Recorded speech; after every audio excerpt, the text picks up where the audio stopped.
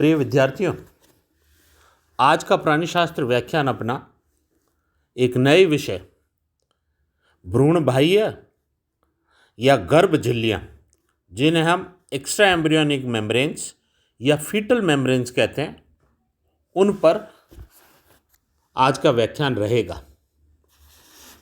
अगर हम इस एक्स्ट्रा एम्ब्रियोनिक मेम्ब्रेन को समझें तो वयस्कों की भांति भ्रूणों को भी सुरक्षा, भोजन व ऑक्सीजन की आवश्यकता होती है। जितने निम्नतर प्राणी होते हैं वो अपने अंडे जल में देते हैं, जो भ्रूणों की आवश्यकता भोजन, अकार्बनिक लवण, ऑक्सीजन आदि की पूर्ति करके एक अनुकूल पर्यावरण पैदा करता है। दूसरी ओर जहाँ उच्चतर प्राणी जैसे सरीसृप, पक्षी अपने अंडे भूमि पर देते हैं, यांत्रिक चोटों, निर्जलीकरण के खतरों से अंडे की रक्षा करता है कैल्शियमिक कवच।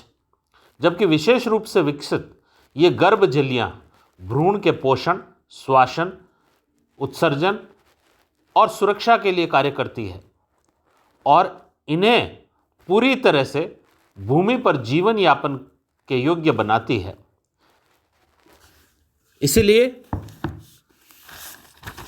अपन ने जो परिभाषा दी है, भ्रूणों को सुरक्षा, भोजन व ऑक्सीजन की भी वयस्कों के भांति आवश्यकता होती है।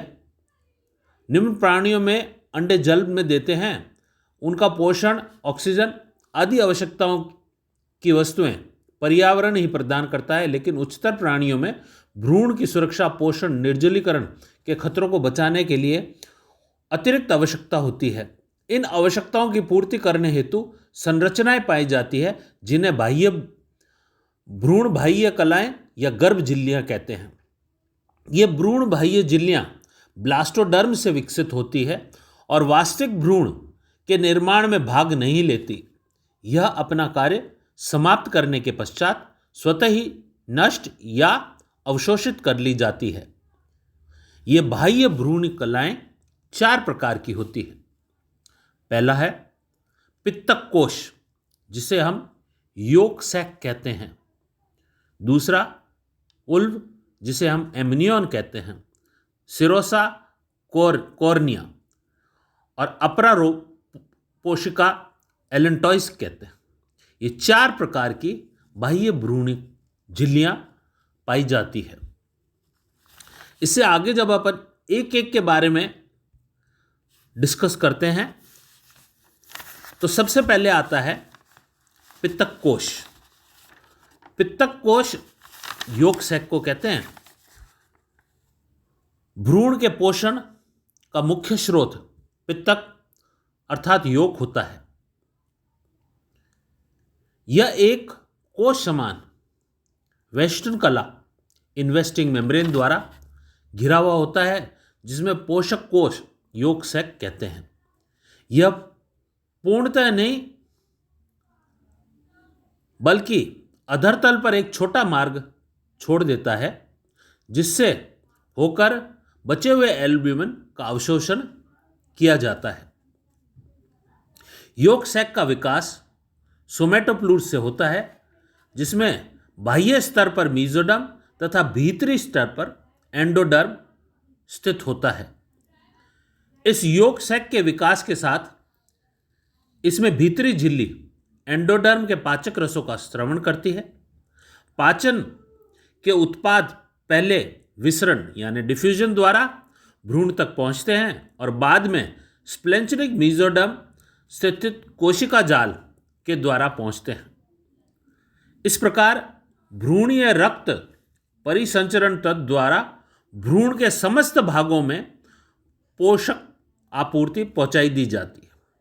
चूंकि भ्रूण को पोषण प्रदान करने में पित्तक धीरे धीरे पचता है, अतः पित्तक कोश छोटा होता जाता है और अंत में मध्य आंत में अवशोषित हो जाता है। यह रक्षा का भी कार्य करता है और उसे भ्रूण को सही स्थिति में बनाए रखने का कार्य भी यह योक सैक करता है। उसके बाद में आते हैं 2 एक साथ। ये पूरा चित्र है जो अपन बार बार, अभी मैंने आपको सबसे पहले योग सहकर इन सब के निर्माण का। तो ABC ये 4 डायग्राम्स के माध्यम से ये चारों जो अभी भ्रूण बाह्य जिन्हें एक्स्ट्रा एम्ब्रियोनिक मेम्ब्रेन्स कहते हैं, उनके पूरे डायग्राम्स इसके अंदर किस प्रकार से इनका ये बनते हैं, इनका क्या कार्य है और अंतिम हश्र इनका क्या होता है, ये किस प्रकार स्वतः ही नष्ट या अवशोषित हो जाते हैं, वो सारा इन 4 डायग्राम के माध्यम से आपको समझाने का प्रयास किया है। इसके बाद में अब आता है दूसरा और तीसरा, जो एमनियन और कोरियन है, उनको अपन एक साथ पढ़ते हैं क्योंकि ये साथ साथ विकसित होते हैं। एक्स्ट्रा एम्ब्रियोनिक सोमेटोप्लूर अर्थात एक्टोडर्म व सोमेटिक मीजोडर्म भ्रूण के सामने और पीछे दोनों सिरों पर एमनियन के हेड और टेल फोल्ड्स के रूप में ऊपर उठता है। दोनों एमनियोटिक फोल्ड्स खोखले होते हैं। इसके भीतर भ्रूण बाह्य प्रागुआ, जिसे हम एक्स्ट्रा एम्ब्रियोनिक सिलोम, मीजोडर्म को चीरते हुए उत्पन्न होती है। वृद्धि करते ये वलन एक गुंबद के रूप में भ्रूण के ऊपर मिल जाते हैं और बाद में संलीन हो जाते हैं। उनकी संधि का स्थान सेरो एमनियोटिक कनेक्शन कहलाता है। आंतरिक स्तर ट्रू एमनियन और बाह्य स्तर फॉल्स एमनियन या सिरोसा मेम्ब्रेन या कोरियन कहलाता है। एमनियन व कोरियन के बीच का स्थान कोरियोनिक कैविटी कहलाती है। भ्रूण और एमनियन के मध्य छूटा हुआ स्थान एमनियोटिक कैविटी कहलाती है, जो एक्टोडर्म द्वारा आश्रित होती है और एमनियोटिक फ्लूइड से भरा रहता है। एमनियोटिक फ्लूइड में लंबित भ्रूण गति करने एवं आकार बदलने में स्वतंत्र होता है। एमनियोसेंटोसिस तकनीक में एमनियोटिक फ्लूइड का परीक्षण कर भ्रूण के गुणसूत्रीय विपतन क्रोमोसोमल एब्रेशन का ज्ञात किया जा सकता है, और अगर उस भ्रूण में किसी भी प्रकार की कोई जन्मजात बीमारी अगर ज्ञात होती है तो उसको ठीक करने में सहायता मिलती है। लेकिन इसी एमनियोसेंटोसिस का दुरुपयोग लिंग परीक्षण के द्वारा भी लोग करते हैं, जो पूर्णतः प्रतिबंधित है, अमानवीय है और सारी धाराएं इसको रोकने के लिए हमें समाज में अवेयरनेस, जागरूकता पैदा करने की आवश्यकता है।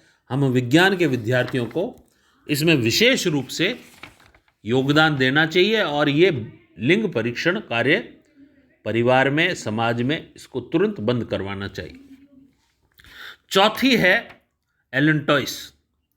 भ्रूण के श्वसन की बढ़ती हुई आवश्यकता को सामना करने के लिए भ्रूण के पश्चात के अधर तल पर एक अर्धवर्ध संरचना एलेंटॉइस होती है, जो इंक्यूबेशन के लगभग तीसरे व चौथे दिन अर्थात 28 सोमेट पेयर्स जब हो जाते हैं तब प्रकट होती है। अपनी उत्पत्ति के कारण यह भीतर एंडोडर्म से आश्रित होती है और बाहर की ओर से स्प्लेंचनिक मीजोडर्म से ढकी रहती है। शुरू में छोटे आकार की एलेंटॉइक स्टॉक व एलेंटॉइक वेसल युक्त होती है, जो 10 दिन के अंदर भ्रूण व पित्तक कोश को पूर्णतः घेर लेती है। एलेंटॉइस कई सारे कार्य करती है, जिसमें प्रमुख है श्वसन, उत्सर्जन, नाभि रज्जु यानी अम्बिकल कॉर्ड और एल्ब्यूमिन सैक का कार्य करती है। ये तो थे अपने ये चारों प्रकार की झिल्लियाँ।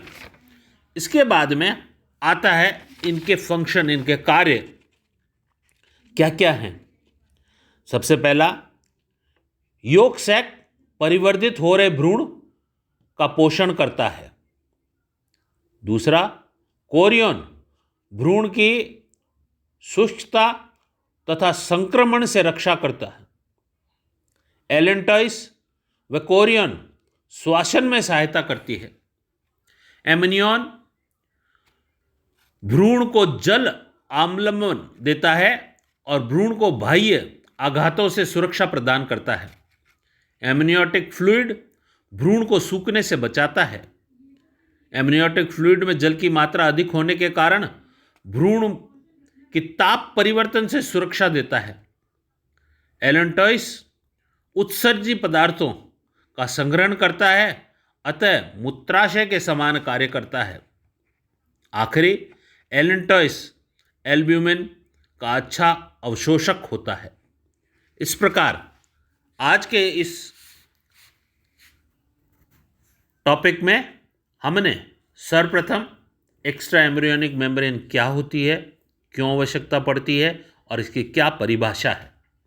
उसके बाद में हमने इन चारों झिल्लियों के बारे में, इनका विकास किस प्रकार हुआ, कि किस प्रकार बनती हैं, इनका क्या कार्य होता है और अंत में किस प्रकार अवशोषित हो जाती है, और इन चारों के डायग्राम हमने देखे हैं और समझा है, और आखिर के अंदर अपन ने इनके कार्य फंक्शंस के बारे में डिटेल में अध्ययन किया है। प्रिय विद्यार्थियों, ये शॉर्ट नोट के रूप में या फुल क्वेश्चन के रूप में ऐसे टाइप में अपने आता है। मैं जो आपको होम असाइनमेंट दूंगा उसमें इसके सभी पहलुओं के प्रश्न होंगे। आपसे आशा करता हूं कि आप इनको ध्यान से इनको सॉल्व करेंगे और मुझे व्हाट्सएप पर पुनः भेजेंगे। धन्यवाद।